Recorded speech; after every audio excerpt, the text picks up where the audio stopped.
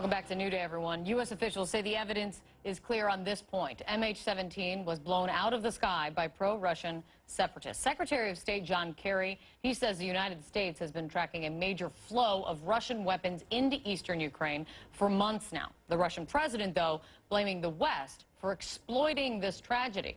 So is the U.S. What more is the U.S. going to do? Will the U.S. call Putin's bluff? Let's bring in the chairman of the House Intelligence Committee, Congressman Mike Rogers. Chris and Wolf will be joining us in this conversation as well. Mr. Chairman, thank you so much for your time. There's so much to get through. We're in the middle of so many crises, to be quite honest. I think it's been suggested as much by the administration, but to be clear, are you prepared at this point to say that Russia is responsible for the missile that brought down Flight 17? Well, they certainly have blood on their hands at the very least. So this is a very sophisticated weapon system. It takes maintenance really almost on a daily basis, and it takes an intense amount of training. This is not a fire and forget kind of a weapon system. There's a lot that goes into it to target an aircraft, especially at that height. So it would lend one to believe, given everything that we know about the weapons flow back across from Russia into eastern Ukraine, that they at least had some part of training, maybe even supervision of this particular weapon system, and that's what's so concerning. I think the President Putin has lost his plausible deniability that we're just not involved in eastern Ukraine. I think that story is gone, and I think this is a real new day in his culpability in what happened. Chairman, we're thrilled to have you with us because, of course, you have access to intelligence here that most of us don't get to see, and I understand that you can't tell us everything you have seen, but you say that Russia, at the least, has blood on their hands. Blood we're talking about now of 298 innocent souls that has nothing to do with the conflict right now in Ukraine. So if Russia does have this blood on their hands, if the Russian leader has this blood on his hands, what should the U.S. do about it today? Well, I think there's several things that we ought to do. You have to look at this holistically, why Putin believes that he can continue to do what he's doing. He just believes that nobody cares enough to really get involved at the level that would push him back. So remember, he's spent the last 10 years trying to modernize his military and been successful in doing it. He has spent the last 10 years modernizing his special forces, and as they will call them in Ukraine, the little green men, the folks who are operating in eastern Ukraine, fomenting chaos and supporting the rebels.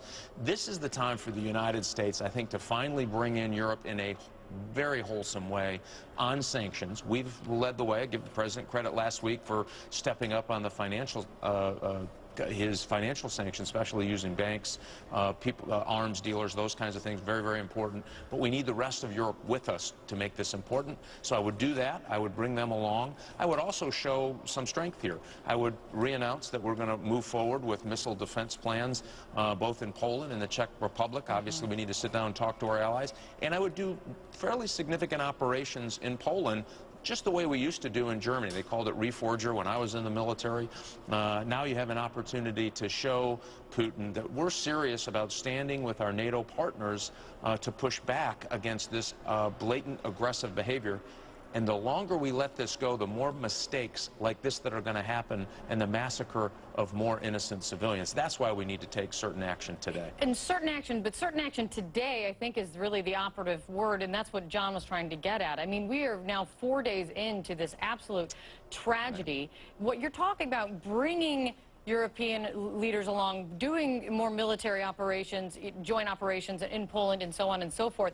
That seems long-term. That seems like a holistic approach, but that also doesn't seem like it's going to get the rebels to back down today. Is there anything that the United States can do to change the situation on the ground right now? You know, being aggressive in those announcements and putting date certains on our pushing forward missile defense, that is something you can do today that sends a very clear message. Remember why Putin is doing so much of this. He is trying to prevent Ukraine, just as he did the nation state of Georgia when he invaded Georgia, to keep them out of NATO. Well, he's succeeded. He succeeded in Georgia, and now he's succeeding in Ukraine. That's why this is so important. Remember, we need to change his calculus here. That's the first step. The second step is we need to be more aggressive about providing the kinds of things that Ukraine military and intelligence services are asking for. Better shared intelligence, and better training, which means that we can robustly train their special forces and others to be more impactful against the rebels, and give them the kinds of weapon systems they need, not like the Russians are giving, tanks and anti-aircraft missiles, but the kind of weapons they need to be effective against the rebels. In a way, we can do that very quickly. And that all needs to happen all at the same time. You can't just do a one-off or one day here and one day there, which is what we've been doing, because it's ineffective. It doesn't change Putin's calculus. This is about making him change his mind about how aggressive he wants to be in eastern Ukraine. Well, Mr. Chairman, it's Chris Cuomo in Ukraine, and where we're standing right now makes it very clear that Mr. Putin hasn't had a change of mind. Let me ask you two quick things. Do you have intelligence to confirm that Ukraine did not shoot down this plane? Because, you know, obviously the allegation here in eastern Ukraine by the self-appointed prime minister is that Ukraine had access to these Russian weapons as well. Can you shoot that down, excuse the pun, as a theory? Right. So what the analysts will say is that the nation-state of Ukraine does have these SA-11s, which are these sophisticated anti-aircraft missiles, but they didn't have them in the region to be impactful on this particular flight. So that's one kind of clue in the box, if you will. There's nothing definitive and certain yet, but the evidence is certainly mounting that it was A, separatists involved, and B, that maybe even the Russians had a greater role in the actual operation of this system. Remember, very sophisticated, takes lots of training, lots of maintenance, lots of solutions understanding in order to reach its target. As you know, you don't have to be the chairman of the Senate of the House Intelligence Committee to understand that this is a hot area. The fighting has been resumed here. It's going on right now as we speak. But the U.S. sends a lot of people into hot areas, not just troops, but you know, U.S. Aid organizations and the like, investigative types. They push the UN to get involved in a lot of situations. Why is no one here? Congressman Rogers, why hasn't the U.S. stepped up days in or getting its Western partners? Why is no one here at MH17 yet? And that is a great question. For those of us who have been concerned about why the United States isn't playing a more robust role in supporting the Ukrainian government, ask the same question. And remember, we've been calling for this for months, knowing that the more this goes on, the more chaos that is allowed to ensue, the more weapons that Russia is allowed to pour in to Ukraine, there's going to be some civilian deaths that are unconscionable. Well, we've seen that. And so now I hope this is the catalyst that gets us more involved in supporting the Ukrainian government to push back on Putin's Ukrainian disaster.